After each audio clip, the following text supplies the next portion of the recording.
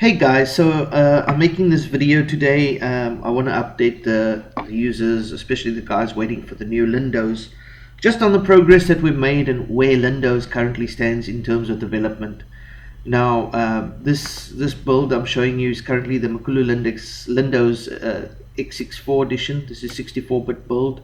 There is a 32-bit build as well that's being developed. It's a few days behind the 64-bit, but it's pretty much almost on par. So everything you see here today will be in the 32-bit build as well. One thing to note though is that this new build compared to like last year's build uses a lot less RAM. As you can see here, it's around 700 megabytes of RAM usage at boot up, 780 or so, give or take. So, and there's actually quite a lot more in the system for that little bit of RAM being used there. CPU usage is down to about 1%. Obviously, clicking the mouse and spiking it up, I can spike it to 4 or 5%, but then it comes down to 1 again. So yeah, this time around we have a conky clock. Last time we used the variety clock for the desktop. Now we actually have a conky clock on the desktop, similar to Core, that gives you some info about the desktop. We also have a top processors running here, so it shows about 9, I think it's 9, the top 9 processors running, memory usage, CPU usage, so you can easily keep an eye out on what's open on your system and what's using a lot of memory.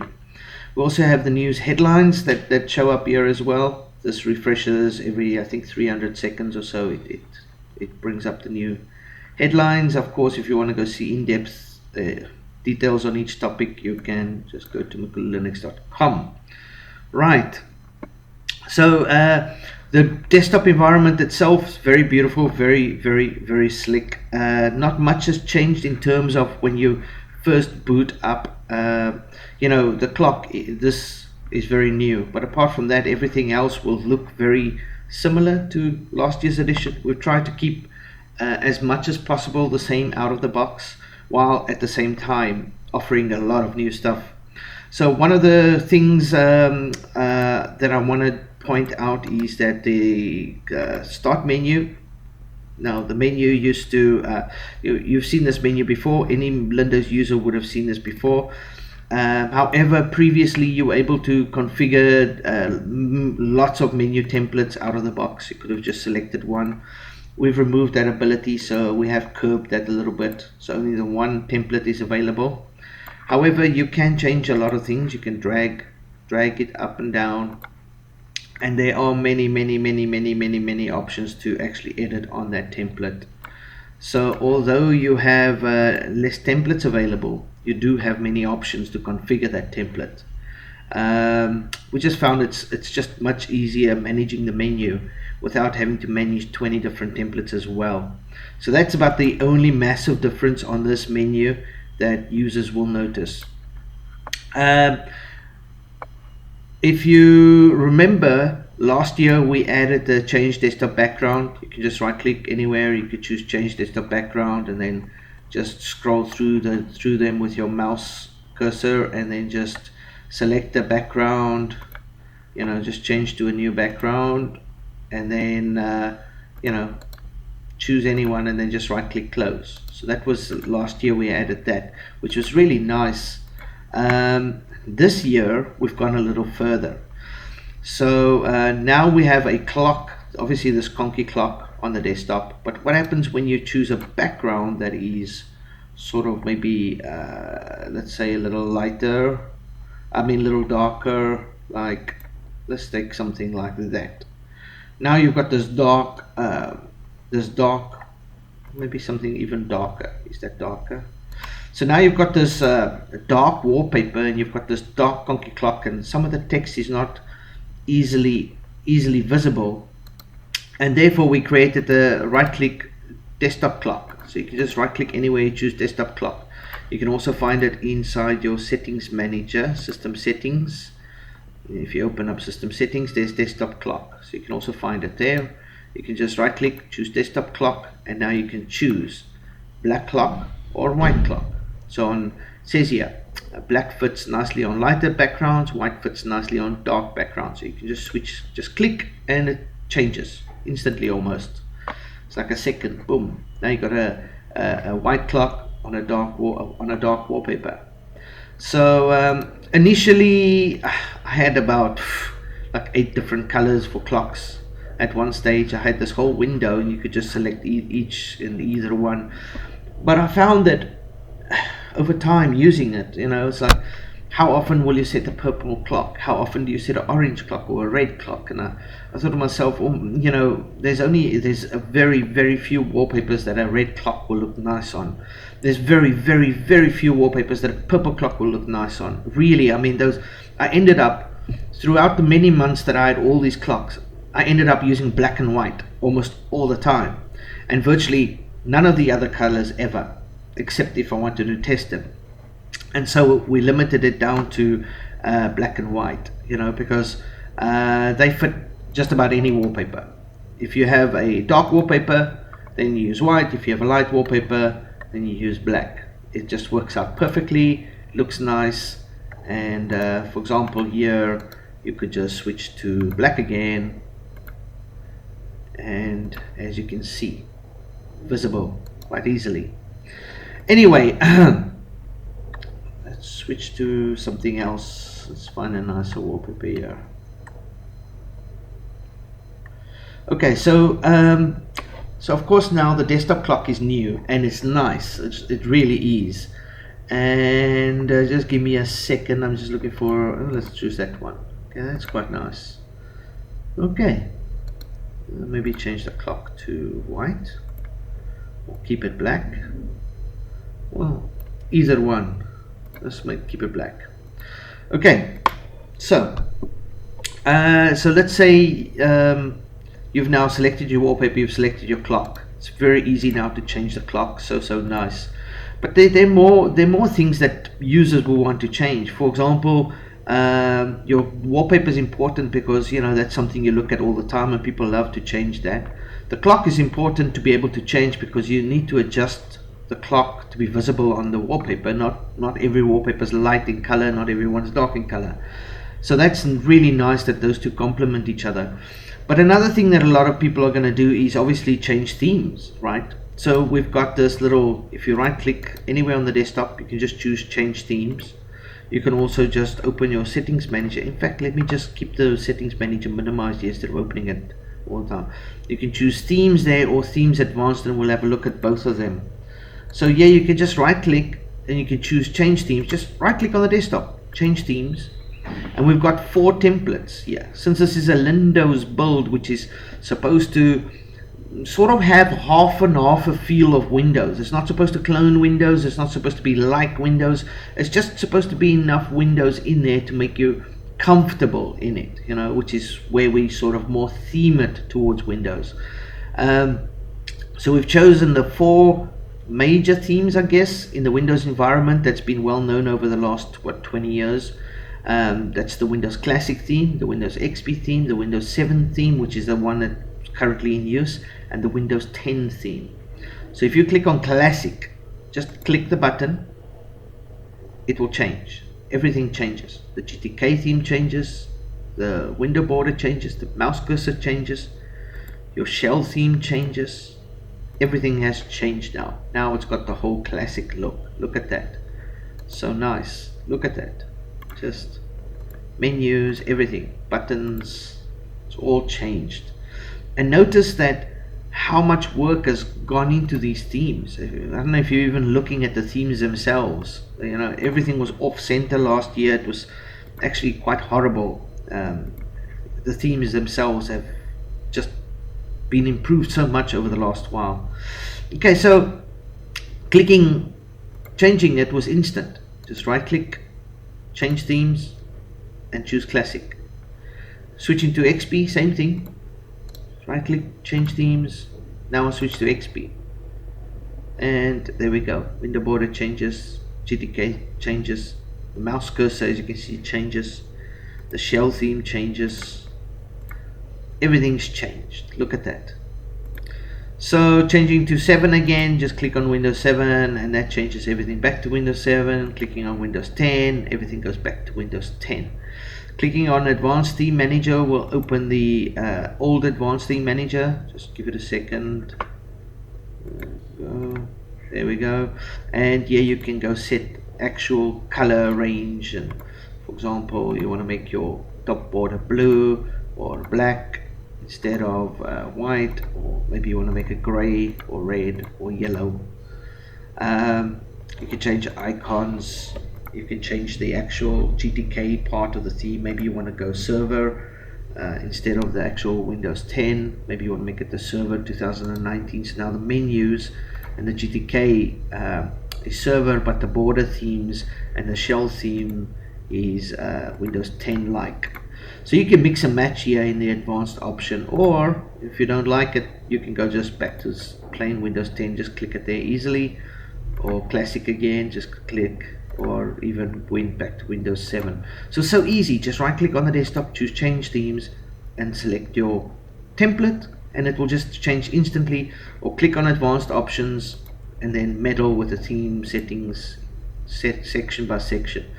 Like I said, you can also get it here in the settings. You can just click on themes there and just access it from there. Same with the desktop clock, also from the system settings. Same with backgrounds. So that's quite nice. So we've got now the desktop clock, the background, the desktop clock, and the themes all in the menu. Just right click and themes, open. Right click, clock, done. Right click, desktop backgrounds, done. So easy, so quick. I mean, it's instant. You know, you don't have to go very far to change all three of these things that you will obviously use a lot every day. Now, we added the gesture system into MakuluLinux Core Edition, and you know, we ported it over. Actually, Rindy ported it over to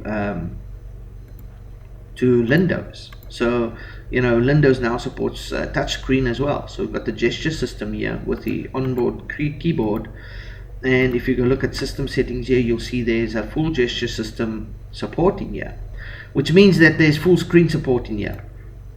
Touchscreen support in here. Now, if somebody's using touchscreen, you know, then this menu is going to be pretty awkward because everything here is pretty small and you've got big fingers. It might be a little bit of a problem, you know, and for that reason we also added a menu layout option. So we've got the change desktop background, right click instant, desktop clock, change themes, all three of those, and then we've also got a menu layout. So just right click on the desktop, choose menu layout. That's so quick. Look at that. And you can change from your traditional menu to a full screen menu, right? So as you can see here, look at this. This is your traditional menu, right, which is this one on the left here, and then there on the right is a full screen menu. I'll show you how quick and easy it is to change. So we choose menu layout, we click the full screen layout. It will take about a second. Let's just let it refresh, and it's done. We need to just change that background again. Yeah, that's it. Sometimes one of the little side effects, I'm still working on that, is that you need to sometimes just set up that background again. And that's it. Now you've got the full screen menu. You click this button over here and you'll see, boom, full screen menu. You can scroll it with the mouse wheel. In fact, you can use it with the mouse, or if you have touch screen, you can just drag the screen. You've got two, well, with the current system layout here, you've got 2 pages, but of course if you add more apps, you can have 4, 5, 10 pages. You've got a search bar. It's a nice little simple little full screen menu, and it takes up everything, all the space. It's completely full screen. It's not like the Slings Cold that sort of keeps the panels open, and you know, it's got some French writing here and some crap. No, this is full screen. It covers every little inch of the screen. The desktop is sort of it's like overlaid, so you can just barely make out the desktop and the background. The background's nice because that's like faded, but yeah, full screen. You can just obviously click anywhere to click away. As you can see, simply close it just by clicking away. You also have this new shutdown session logout button on the bottom right. That's if you enable the full screen menu. So this is really nice because that's easy to access. You know, you just click it with your finger if you're using touchscreen, otherwise just use your mouse. And on the other side, you can just launch a full screen menu and use that with a touch screen. So nice. And of course, if you want to go back to the normal menu, you just click menu layout, select traditional menu, and just give it a second, and there we go, it's back. And that background sometimes does. Let's just go set the background there again. In fact, I'm going to keep this one, but I'm going to change this clock, make it white, and see how that looks on there. Maybe prefer the black. Yeah, that's good enough.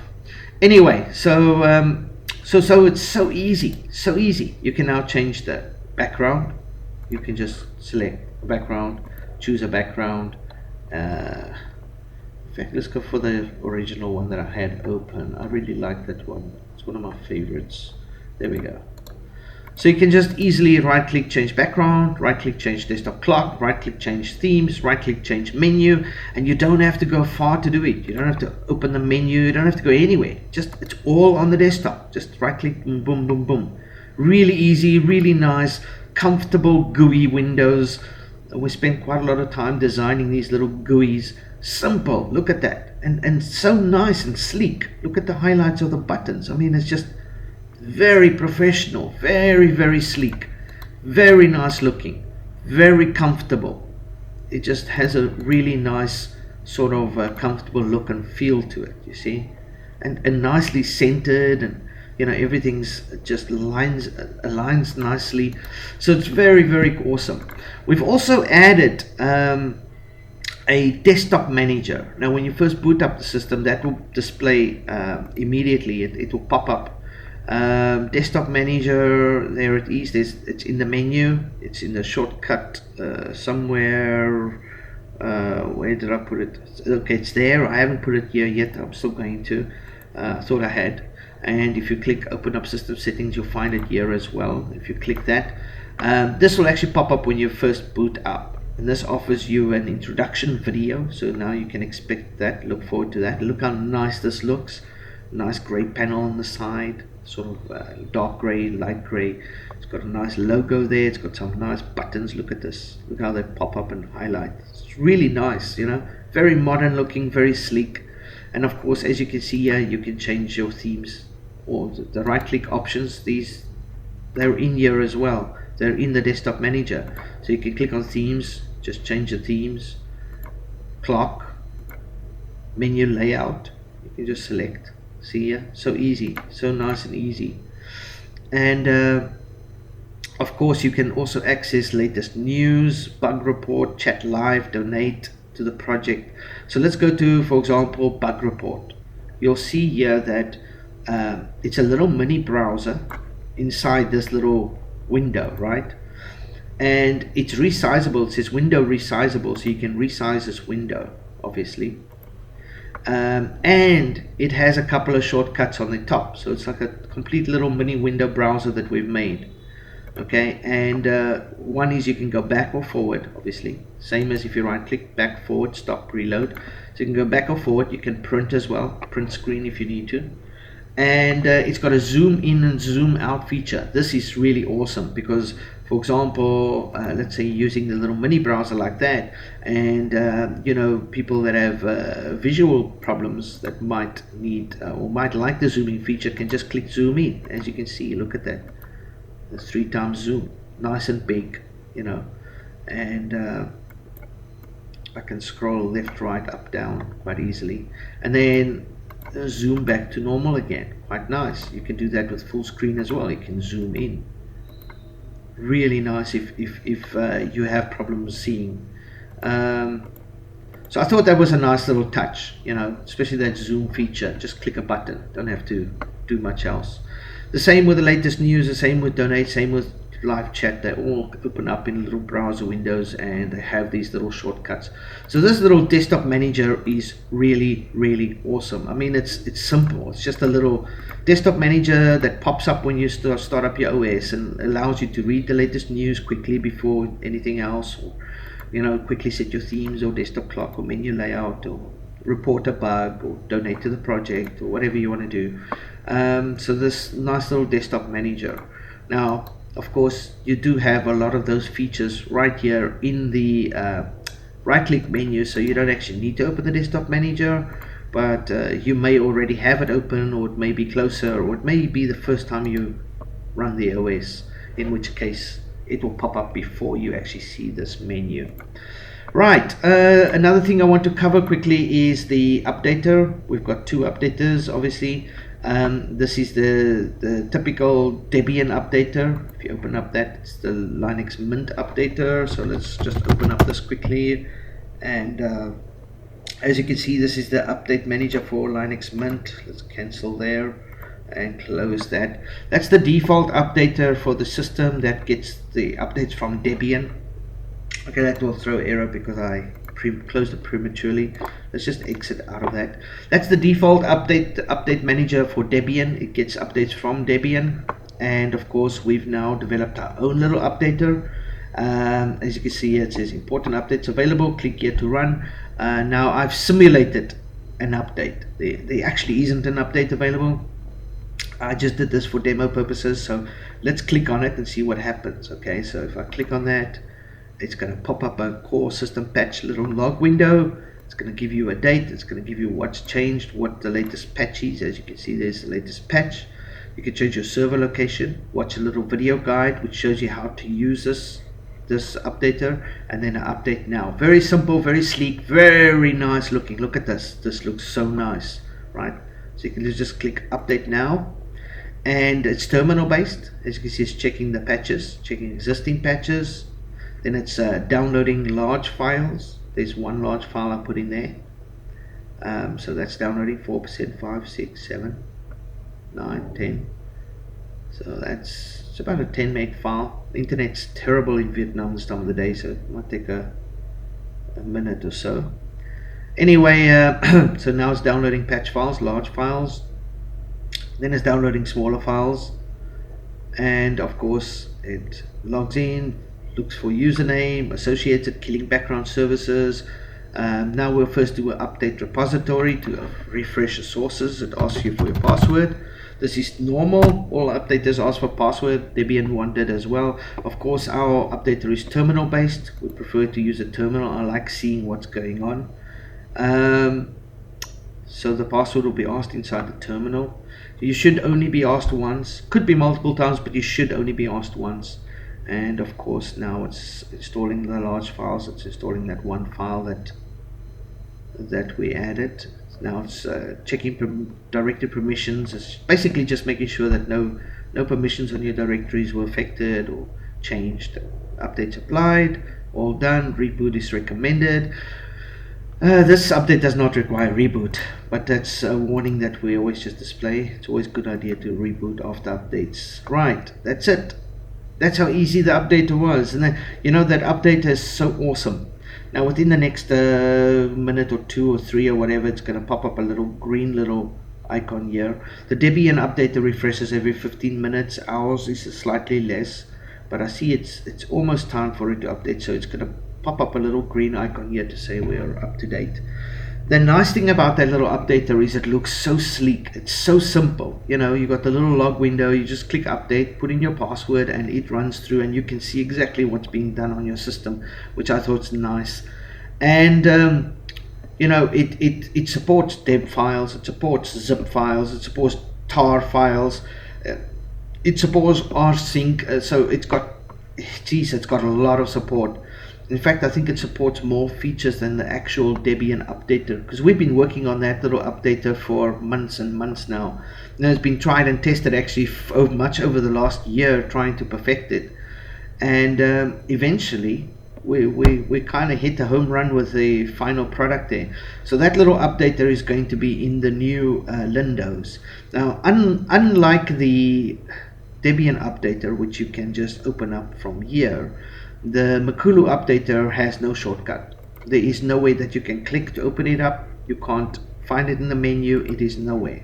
It's not even if you open up here and you go to user, share, applications, where all the applications, ones in the menu and the ones that are not in the menu, you will not find it in here either. It has no shortcut. There is no user bin file for it either. If you go to user bin, you will not find it in here either. There is no executable for it. It is simply all remotely controlled. Okay, so the computer basically just communicates with a remote Linux box, our Linux server.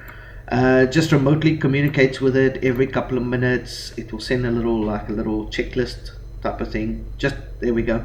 It just checks the file, the current patch number on your system with the one online. If it finds a connection to the box, it will check. If not, it will just skip. Meaning if your internet is off or you're behind a firewall or something, it will just skip the check. If it does find a root, it will just compare the patch list numbers, and if it notices that there's a new patch update, it will show a little red icon in the bottom panel, and if the patch lists match and they are the same, it will simply show a little green icon, and it will say your system is up to date, the current patch number, and will show what patch number you're currently on. Now that patch was a simulated one that I put out yesterday. Actually made it last night, but I made the video this morning, so it says 2008 2019. So that's nice. Look at that. And this little icon has no function other than to notify you that there's an update. So you click on it, it won't do anything. The red one you can click and it will actually open the updater, but the green one will do nothing. It's simply just a notification, just to let you know that your system is up to date with our patcher. This is so awesome, really, really awesome. It's so automated. And you know, a couple of minutes from now, it should be in about 6 to 10 minutes, this will refresh, and it will obviously, it will go, you'll see it will disappear, and then about 30 seconds later it will come back again. It will show green again, unless there's a patch. Then when it disappears for the 30 seconds, it will come back red. So it is so awesome. It's so automated, it's non-intrusive, it works so well, as you saw there. I'm very, very, very proud of this little patcher. It's probably our biggest feature this year, because we could now start adapting this for core and flash and everywhere else, and we don't have to be dependent on the Debian patcher. You know, every time Debian makes a change on their repo servers, or their repo servers go down, or something goes wrong on their end, it really affects us, because we get updates through the update manager. And the previous little update script that we ran kind of piggybacked on their update manager. So if anything goes wrong their side, it drastically affected us.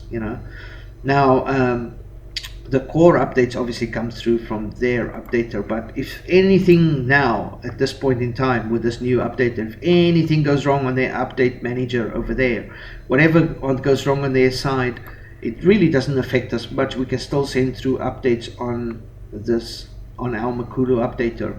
And even if, for example, hypothetically, very unlikely, but hypothetically, something very badly goes wrong at Debian and completely nukes this updater, we could even send the Debian updates through our update patcher, But I mean, that would never happen. Debian would never, they've been around forever. They're not going anywhere. But my point is that this little updater is awesome. It's really, really nice. So yeah, of course we've got the gesture system as well. It doesn't work so well in VirtualBox, and I'm in VirtualBox, so I'm not going to really mess with that right now. But yeah, that's pretty much where Lindoz stands in terms of some new functionality. As you can see, it runs really well. Functionality's never been an issue. I mean, we've been developing on Lindoz, which before Lindoz it was known as oh man, what was the name before that?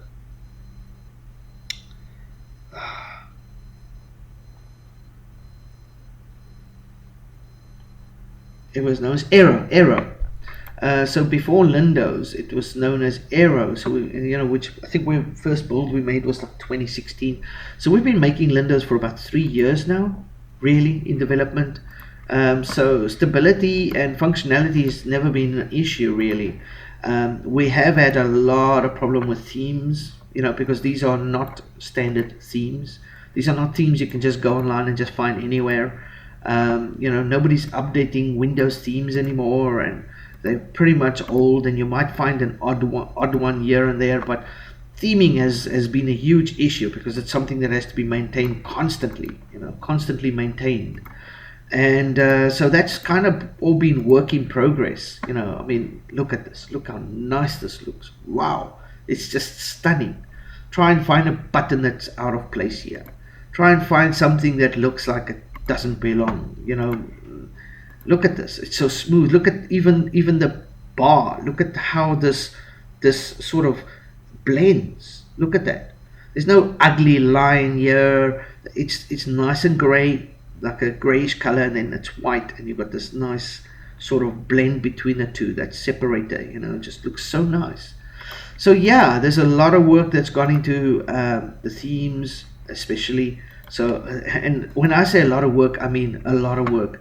And then of course everything else that we've now adapted and included, and how easy we're making it. It's one of the big problems of people coming from Windows to Linux is that they find Linux so difficult. Everything's all manual and difficult to use and difficult to change and difficult to adapt. So this does make things easier. Of course you don't want to cut out the terminal completely. Terminal's a big part of Linux, and Windows users that do come over to Linux eventually do latch onto it. But I tell you, I'm pretty sure they're going to like this, that they can just change their themes and the menus and desktop backgrounds and clocks and everything right on the desktop. I mean, that's so nice. To me, that's a big seller right there. Anyway, that's it for me. I'll make some more videos in due time. I think this one's been too long already. This is actually live mode that I'm in here. This is live mode. As you can see, there's the installer. So this is live mode, and yeah, it's bare bone. There's not really much installed. When you actually run the installer, you can install additional packages. But yeah, I just wanted to show off the progress. As you can see, it's so stable. It runs so well. Looks so nice. Wow. Anybody who's interested in Lindoz, I tell you, they're gonna, and I think a lot of the other current sort of Windows looking distros out there, they must be shitting their pants when they see this, because yeah, I think we've just set a whole new bar for anybody to get to. I mean, just look at this. It's just wow. And you see, it's not even, I mean, I've been opening up pretty much everything there is to open, and look at the memory usage. It's barely climbed over 900. In fact, it's probably going to come down a little bit over the next few minutes. So yeah, this is so nice. So nice. Under a gig of memory usage, 700 megs at startup on a 64-bit system. And yeah, and this is Debian, by the way. This is not Ubuntu. People might be thinking this. No, it's not Ubuntu. This is Debian. Debian's supposed to be ugly. Debian's supposed to be difficult. A lot of people hate Debian. They go straight to Ubuntu because Debian is difficult to use. No, this is Debian out of the box. This is Debian. So how nice is this? Anyway, that's it from me. I'll make some more videos and follow the progress at MakuluLinux.com. And please don't forget, if you like our work and you want to see a lot more, donate to our project. It helps support us.